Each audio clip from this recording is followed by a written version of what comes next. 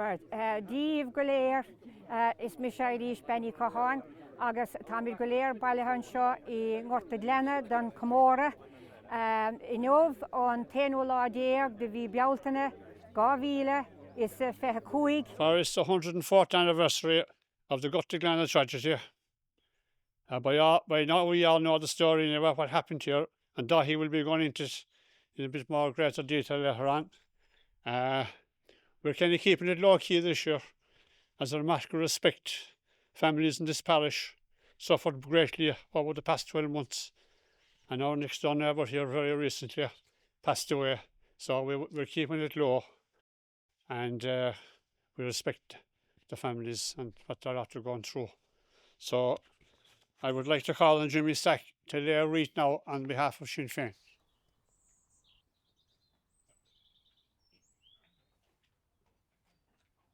I would now like you to observe 1 minute's silence.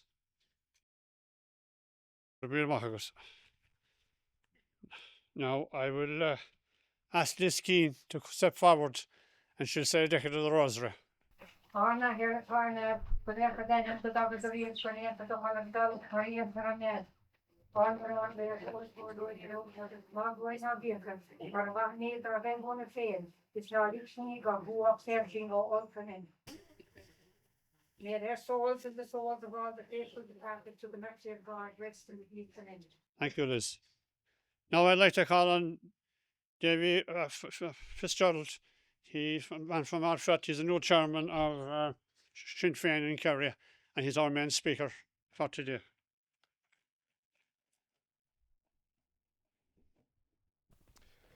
Accordia, we gather here today in Gortaglanna, a place forever etched in the story of our struggle, to honour 3 young men, 3 patriots who gave the ultimate sacrifice on May the 12th, 1921. Jeremiah Lyons, just 20 years old, a captain in the Dwa Company of the IRA, known and respected in the county for his leadership and his courage. Paddy Dalton, 28 years old, from Athea, steady, loyal and principled. Paddy Walsh, 30 years old, of Coulard, devoted to his community and to the dream of a free and united Ireland. Like myself, many of them were in their 20s. They were young, they were unarmed, and they were on their way home from a religious mission, not from a battlefield. Yet, that did not save them from the brutal hands of the Black and Tans, who arrested, beat, and lined them up in a field at Gortaglanna before opening fire. Earlier that day, a troop of Black and Tans had left Listowel, fueled by drink and driven by vengeance after the burning of the local barracks. The Crown forces were already enraged by the recent assassinations of Major McKinnon in nDlí and RIC head constable Story in Castle Island. Retaliation was their intent.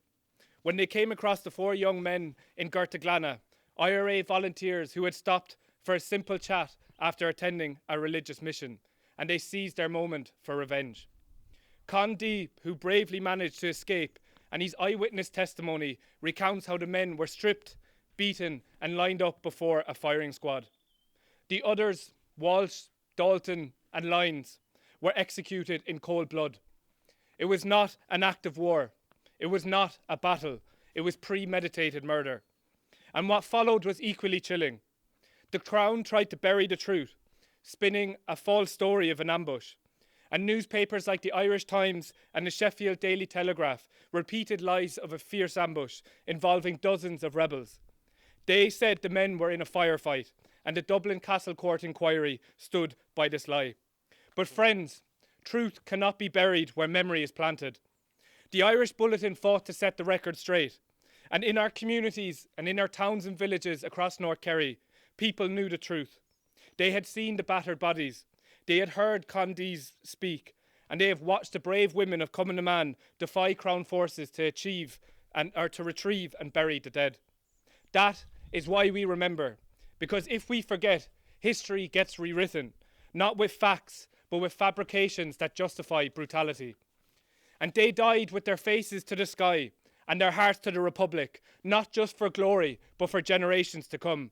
And today, that same spirit rises again in the hearts of those the same age as these brave men, carried on to us in song and in struggle. For our land we die as we face the sky in the Valley of Knockanure. And we must always bring it back to why this matters. Why their story is not just tragic history, but it's a call to action. A reminder that the Republic dreamed of in 1916 and for which they gave their lives in 1921, it remains unfinished. Because what they died for wasn't just Irish freedom, it was Irish justice. A republic that doesn't change the flag over a building, but rather changes the building itself. And that is where we come in. A century of Fianna Fáil and Fine Gael monopolising power has delivered nothing but lost potential. They are, however, a government of record setters. Record high rents, record waiting lists, and worst of all, record child homelessness. In housing, they have locked entire generations out of home ownership. And when it comes to health, we all know someone who's been stuck on a waiting list, who's spent hours on a trolley, who has had to leave the country for treatment. Fianna Fáil and Fine Gael have had ample time and ample budgets to fix the system. Yet here we are, still struggling with the same bottlenecks and the same excuses. And the truth is that Fianna Fáil and Fine Gael have had their chance. They've had decades of chances and they've failed. Accordia, it is up to us to change that, and under a Sinn Féin government it will change, because our priorities are workers, our families and our communities. We take great inspiration from the heroes like the heroes that were here today who have gone before us, and that is why we commemorate their vision. And we are committed to achieving that vision. Because this generation, our generation here, has the opportunity and the responsibility to deliver the republic that they dreamed of. Because we are the generation facing youth emigration, mass youth emigration, a housing disaster, and the erosion of our public services. So we know what it means to be failed by the state. But we are also the generation that refuses to accept failure as our future. And we have learned from the past not to glorify it blindly, but to understand it. And the four men who stood in Gortaglanna that day were not looking for fame or poetry. They were ordinary young men, bound by principle, love of country, and a sense of duty to each other. And we see the same spirit in every young activist across the state today. We see it in campaigners for housing rights. We see it in campaigners for education and for mental health support. Because the fight for the Republic, it does look different, but in heart, it's the same. Because the Republic that they believed wasn't just political, it was social. It meant shelter, education, dignity, and equality. It meant no class above another. It meant no foreign crown dictating Irish lives, and it is our job to finish what they started. And we also remember the women of Commemoration who risked their lives to recover the bodies of the fallen. And their bravery is often overlooked, but it is their bravery that refused to leave their comrades behind. It was them who stood in the face of mockery, of threats, and the abuse to honour their dead. And they didn't have rifles. They had courage and they had conviction, and we need both those things today. Because with remembrance without responsibility is hollow. Because when we speak of a united Ireland, we don't just speak about geography. We're talking about unity of purpose, unity of people, and unity in pursuit of a republic that is real, and one that delivers for working class communities, one that delivers for rural Ireland, for the north, and the next generation and generations to come. So yes, Accordia, it will be our generation that delivers it. Because we see the cracks in the old order. We see Fianna Fáil and Fine Gael clinging to power while communities crumble. We see their apathy and their arrogance. And we see the far right offering nothing but division and fear. So we say no. We say that Irish unity must also mean Irish equality. That there is no freedom while Irish people sleep in doorways. That there is no justice when women wait years for adequate healthcare. There is no republic while profit comes before people. And we say that the ideals of 1916, the republic of Connolly and Pearse, of Markievicz and Plunkett, still burns bright. And we say that Walsh, Dalton and Lyons did not die so that we could inherit an Ireland of tax havens and homelessness. They died for something better. So let us honour their memory, not just in reads or in speeches or in standing at memorial stones, but in action. Let us honour them by building that republic. One policy, one protest, one campaign at a time. Let us be the generation that completes the journey. So today we remember not just how they died, but why they died. For Ireland, for justice and for each other. So Bear Bua Carja, Chucky Arla, Gurmila Mahagat. Well done, Dahi. I think it's one of the finest speeches ever made here. Will you not agree? Listen, I'd like to thank you all once again for showing up today and for your patience and cooperation. And I wish you well for the coming year. Thank you very much.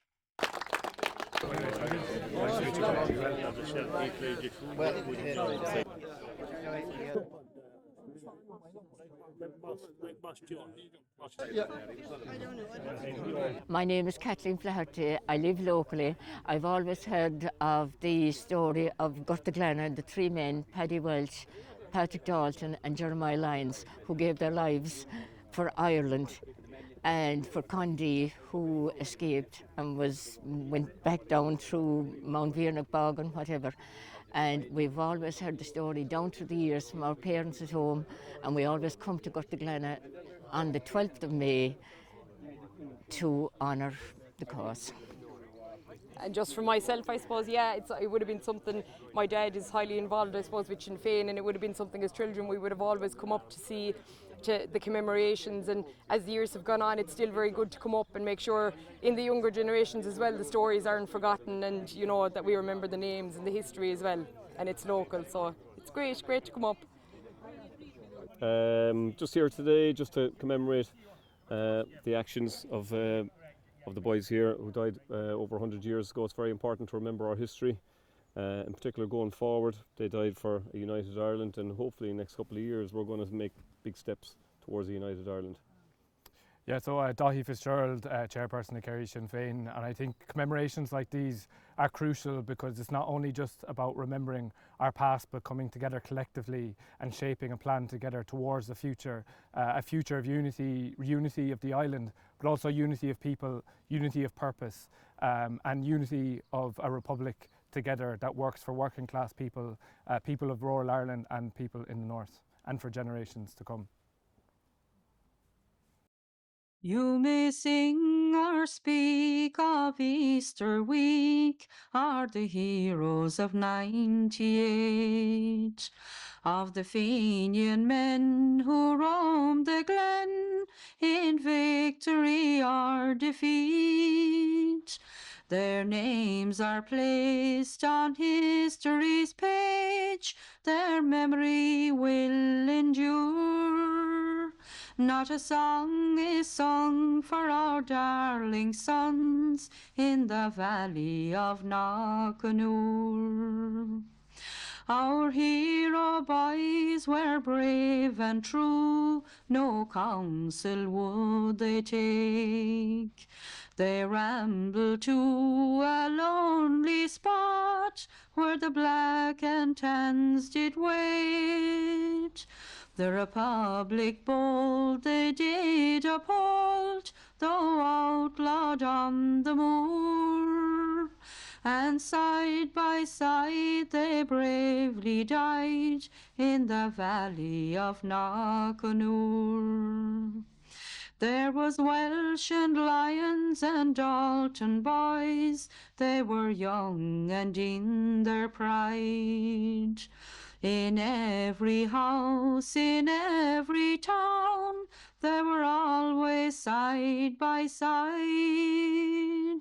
The Republic bold they did uphold, though outlawed on the moor. And side by side they bravely died in the Valley of Knockanure.